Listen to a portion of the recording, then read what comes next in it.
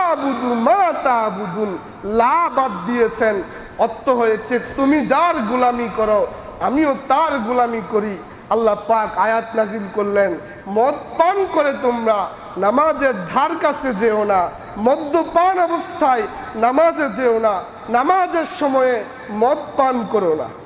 এই আয়াতের মাধ্যমে আল্লাহ পাক মদকে হারাম করেন নাই।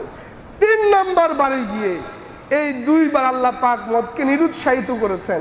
3 নম্বর বার সূরাতুল মাইদার মধ্যে আল্লাহ পাক নাজিল করলেন 90-91 নম্বর আয়াতের মধ্যে, ইয়া আইয়ুহাল্লাযীনা আমানু ইন্নামাল খামরু ওয়াল মাইসির ওয়াল আনসাব ওয়াল আসলাম।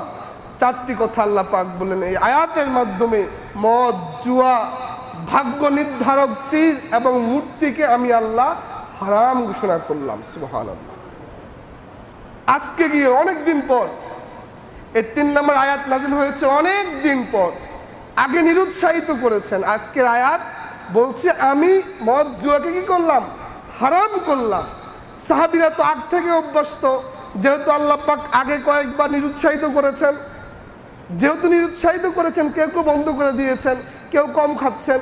যখন এই আয়াত নাজিল হলো, ওই সিরাতের কিতাবে দেখলাম লেখা আছে আর রাহিকুল মাখতুমের মধ্যে, এই আয়াত যখন নাজিল হলো, সাহাবীদের ঘরে যার ঘরে যত মদ ছিল সমস্ত মদ মদিনার মধ্যে ঢেলে দিয়েছে।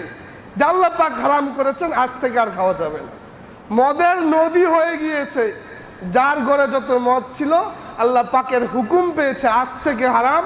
আর কোনো সাহাবী এক ঢোক মদ পান করেন নাই, তৎক্ষণিক সমস্ত মদ মাটির মধ্যে ঢেলে দিয়েছেন। বলেন সুবহানাল্লাহ। আল্লাহ পাক 3 নম্বর বারে গিয়ে মদকে হারাম করেছে।